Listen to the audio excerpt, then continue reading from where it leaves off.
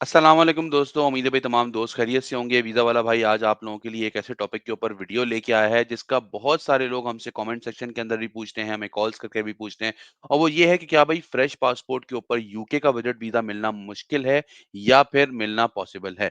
ये ऐसा सवाल है जो बहुत सारे लोग हमसे पूछ रहे होते हैं और इसका जवाब एक ही लाइन में दूँगा कि बिल्कुल पॉसिबल है। वीडियो को एंड तक देख लेना। आज के इस वीडियो के अंदर मैं अपने एक क्लाइंट का केस आपके साथ डिस्कस करने जा रहा हूँ जिन्होंने अपना वीज़ा फ्रेश पासपोर्ट के ऊपर अप्लाई किया था और उनका वीज़ा लग के आया है और वो बहुत जल्द ट्रैवल करने वाली हैं। तो वीडियो का आगाज़ करते हैं और वीडियो के शुरू में ही आपसे एक बात बता दूँ कि मैं रोज़ाना की बुनियाद के ऊपर लोगों को विज़िट वीज़ा की फ्री कंसल्टेंसी दे रहा होता हूँ। नीचे स्क्रीन के ऊपर नंबर आ रहा है 03333599 अगर आप भी किसी भी कंट्री का वीज़ा अप्लाई करना चाहते हैं, तो वीज़ा अप्लाई करने से पहले एक बार हमसे बात ज़रूर कर लें। हो सकता है कि आप कहीं लैग कर रहे हों और हमारी इस आपकी बातचीत के बाद आपका वो पॉइंट क्लियर हो जाए और आपके वीज़ा के चांसेस बढ़ जाएँ। साथ ही ये भी बता दूँ कि हमारी टीम जो है बहुत ही रीज़नेबल प्राइस के अंदर विज़िट वीज़ा प्रोसेसिंग करके देती है और हम लोगों का काम बहुत ही प्रोफ़ेशनल अंदाज़ में होता है। तो अगर आप चाहें तो हमसे अपना वीज़ा भी बुक कर सकते हैं। आइए दोस्तों आज की वीडियो का आगाज़ करते हैं लेकिन प्लीज़ यार चैनल को सब्सक्राइब कर दो। सब्सक्राइबर नहीं बढ़ रहे हैं और लाइक नहीं आ रहा है तो अभी लाइक कर दो प्लीज़। ये मेरी आपसे रिक्वेस्ट है, वीडियो को अभी लाइक कर दो। चलिए चलें भई। स्क्रीन शेयर कर रहा हूँ आप लोगों के साथ। आप जानते हैं आपका भाई जो है वो हमेशा प्रेज़ेंटेशन बना के ही बात करता है, एक तरीके से आप लोगों के साथ बात कर रहा होता है। अच्छा आपके स्क्रीन के ऊपर आ चुका है सबसे पहले UK visit visa success story, housewife visiting her daughter in the UK. थोड़ी-सी स्टोरी इनकी बता देता हूँ। हुआ ये कि भई इनकी जो बेटी है वो यूके के अंदर स्टडी वीज़ा के ऊपर आई हुई हैं और यहाँ पर वो स्टडी कर रही हैं। अब उनकी थोड़ी-सी तबीयत ख़राब हो गई थी तो ज़ाहिर-सी बात है माँ तो फिर माँ होती है, उनका दिल तो नरम होता है। उन्होंने बोला कि भाई मुझे अपनी बेटी से मिलना है और मैं उनसे मिलना जाना चाह रही हूँ। अब उस सिनेरियो में उनके हस्बैंड ने हमसे कॉन्टैक्ट किया, हमने उनकी प्रोफाइल देखी और फिर उनका वीज़ा अप्लाई किया। आगे चलते हैं, आपको कॉन्टेक्स्ट मैंने समझा दिया है। अब सबसे पहले एप्लीकेंट का बैकग्राउंड बता देता हूँ। बैकग्राउंड क्या है भई कि ज़ाहिर-सी बात है हस्बैंड कमा रहे हैं, नॉर्मली जो हमारे पाकिस्तान में होता है कि भई ख़ावंद कमा रहे हैं और जो बेगम है वो घर का जो सारा निज़ाम है वो सँभाल रही हैं, जिसको हम होम मेकर कहते हैं, बच्चों को पालना, उनकी परवरिश करना, उनको परवान चढ़ाना वो सबसे बड़ा मरहला होता है, एक बच्चे की नशो-नुमा में और उसकी परवरिश के अंदर वो ख़वातीन कर रही होती हैं। तो ये भी ऐसी एक खातून है जो कि वहाँ पे एज़ अ हाउसवाइफ पंजाब के अंदर रहती हैं। ठीक है जी। फ्रेश पासपोर्ट था उनका, उन्होंने इससे पहले कहीं कोई ट्रैवल नहीं किया, नया पासपोर्ट बना हुआ था, पाकिस्तान से पहले बाहर कभी भी ट्रैवल नहीं किया। अब क्योंकि हाउसवाइफ थी तो उनकी कोई सोर्स ऑफ इनकम तो थी नहीं, तो मेन जो वो रिलाई कर रही थी वो अपने हस्बैंड पे कर रही थी, जो उनको फाइनेंस करेंगे मतलब कि बैंक स्टेटमेंट पूरी की पूरी उनके हस्बैंड की यूज़ हुई। अब यहाँ पे मैं बात कर लेता हूँ कि हस्बैंड की बैंक स्टेटमेंट कितनी थी, क्योंकि बहुत सारे लोग ये वीडियो के एंड में मुझे कमेंट के अंदर पूछ रहे होंगे। इस वक़्त जब हमने उनका वीज़ा अप्लाई किया, उनके हस्बैंड का क्लोजिंग बैलेंस था 19 लाख रुपए, ठीक है जी? अच्छा, उनके हस्बैंड जो हैं उन्होंने पूरी ज़िंदगी यूएई में जॉब की थी और वो यहाँ पे अब पाकिस्तान आ गए थे यूएई से जॉब करने के बाद और इस वक़्त वो करंटली कोई जॉब नहीं कर रहे थे। पिछले कोई 7 से 8 महीने से वो अनएम्प्लॉयड थे, सेविंग्स के ऊपर उनका गुज़ारा हो रहा था और उसी बुनियाद के ऊपर उनकी एप्लीकेशन बनाई गई थी। कुछ सेविंग्स से उन्होंने अपनी बेटी को पढ़ने के लिए भेज दिया था और बाकी सेविंग से यहाँ पे उन्होंने कोई छोटी-मोटी इन्वेस्टमेंट करके वहाँ से उनके जो है ना वो एक इनकम बन गई थी, पैसिव इनकम। बाकी उनकी कोई जॉब जो है ना फुल टाइम वो नहीं थी। ठीक है जी? और आगे चलते हैं।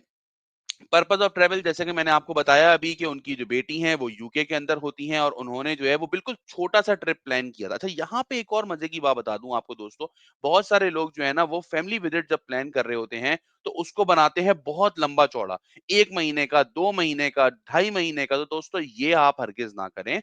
अगर आप फैमिली विज़िट प्लान कर रहे हैं तो 1 हफ्ते से लेके 10 दिन से ऊपर का प्लान ना करें। हमने उनकी 10 दिन की आइटिनरी बनाई थी जिसमें हमने ये लिखा था ज़ाहिर-सी बात है उनकी बेटी वहाँ पर एक शेयर्ड अकोमोडेशन के अंदर रह रही हैं। तो जब वो शेयर्ड अकोमोडेशन के अंदर रह रही हैं, तो वो किसी को अपने पास तो रुकवा नहीं सकती क्योंकि वहाँ पे अलाउ नहीं है गेस्ट को स्टे कराना। तो हुआ क्या कि हमने उनकी एक होटल बुकिंग बनाई जो कि उनके होटल हॉस्टल से जहाँ वो रहती हैं उससे करीब थी ताकि हम ये शो कर सकें कि इनकी वालिदा अगर यहाँ पे आएँगी तो वो बर्डन नहीं बनेंगी बल्कि उनके पास इतना पैसा है कि वो एक होटल बुकिंग कर सकती हैं और हमने एक रियल होटल बुकिंग के साथ अपनी एप्लीकेशन लगाई। यहाँ पे बहुत सारे लोग आके जो है ना वो फँस जाते हैं कि वो फेक होटल बुकिंग लगाते हैं और फेक एयरलाइन टिकट लगाते हैं, जिसकी वजह से अक्सर औकात उनके जो रिज़र्वेशंस होती हैं, उसके ऊपर क्वेश्चन मार्क आ जाता है। ठीक है जी? अच्छा, फाइनेंशियल एविडेंस क्या किया? मैंने आपको बताया कि हमने उनके हस्बैंड की बैंक स्टेटमेंट यूज़ की, जिसकी वजह से हमने जो है वो उनकी एक फाइनेंशियल स्टेबिलिटी और उनकी सपोर्ट दिखाई, ठीक है? और उनको हमने ये भी बताया कि भई 19 लाख रुपए इनके अकाउंट के अंदर हैं। 7 से 8 लाख रुपए अगर इनका टूर पे लगेगा भी, तब भी ऐसा नहीं है कि इनके पास फिर पीछे कोई पैसे ही नहीं बचेंगे। बल्कि इस टूर को करने के बाद भी इनके हस्बैंड के पास एक पैसिव इनकम आ ही रही है। उसके अलावा ये जो है वहाँ पर इनका सारा खर्चा भी उठा देते हैं, जिसमें उनका होटल का खर्चा, उनके टिकट का खर्चा एयरलाइन के, उनके खाने-पीने का खर्चा, वो सारी चीज़ें इसमें मैनेज हो जाएँगी। अब होता क्या है, बहुत सारे लोग इस बैंक की स्टेटमेंट को गलत ऐसे करते हैं दोस्तों कि किसी से पैसा लेके अपने बैंक में डाल देते हैं। ज़्यादातर लोग कैश डिपॉज़िट की सूरत में कर लेते हैं। उनके दिमाग में यही होता है कि यार बैंक की स्टेटमेंट ही तो बनानी है, बैंक बैलेंस ही तो शो करना है। यूके के अंदर ये चीज़ नहीं चलती। मैं हमेशा हर किसी को बोलता हूँ कि अगर यूके का वीज़ा अप्लाई करना है, तो बैंक स्टेटमेंट रियल होनी चाहिए, आपकी अपनी होनी चाहिए, मनी ट्रेल बननी चाहिए, पैसे की सोर्स पता होनी चाहिए, कहाँ से पैसा आ रहा है, किस तरह से पैसा आ रहा है। अचानक से यकमुश्त बहुत सारा पैसा नहीं आना चाहिए, जिसको आप जस्टिफाई ना कर सकें। एक 6 महीने की मेंटेन्ड स्टेटमेंट होनी चाहिए, जिसमें थोड़ा-थोड़ा पैसा आ रहा है आपका और उसको आप जस्टिफाई भी कर रहे हैं, कहाँ से आ रहा है। मिसाल है 3 लाख रुपए आए हैं या आपकी इनकम है, तो वही 1.5 लाख खर्च कर दिए, 1.5 लाख हर महीने सेव हो रहा है। इस तरह से एक आप पॉइंट एस्टेब्लिश कर सकें, ठीक है?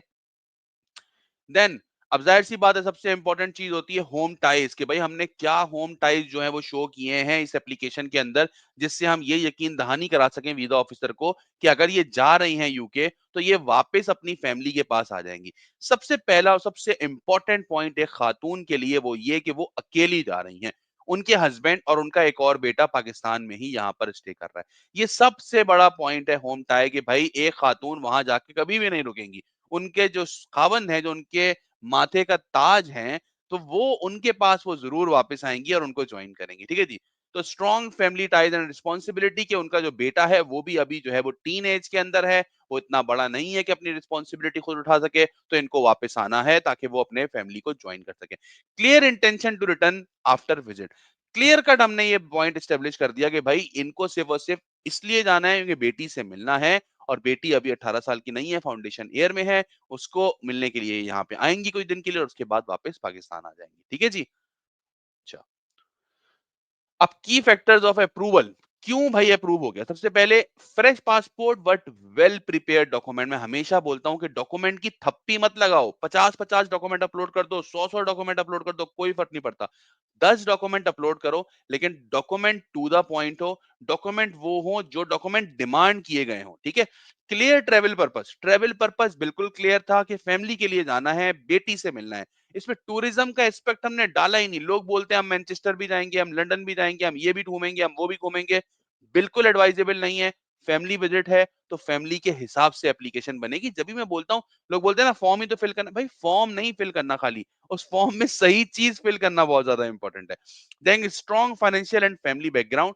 जैसा मैंने आपको बताया कि उनके हस्बैंड की स्टेटमेंट से हमने ये पॉइंट एस्टेब्लिश किया कि भाई पैसा है इनके पास, आप वीज़ा देंगे तो ये अफोर्ड कर लेंगे। और दूसरा फैमिली बैकग्राउंड है भाई, इनको वापस आना है अपनी कंट्री के अंदर, इनके हस्बैंड और बच्चे यहाँ पे हैं।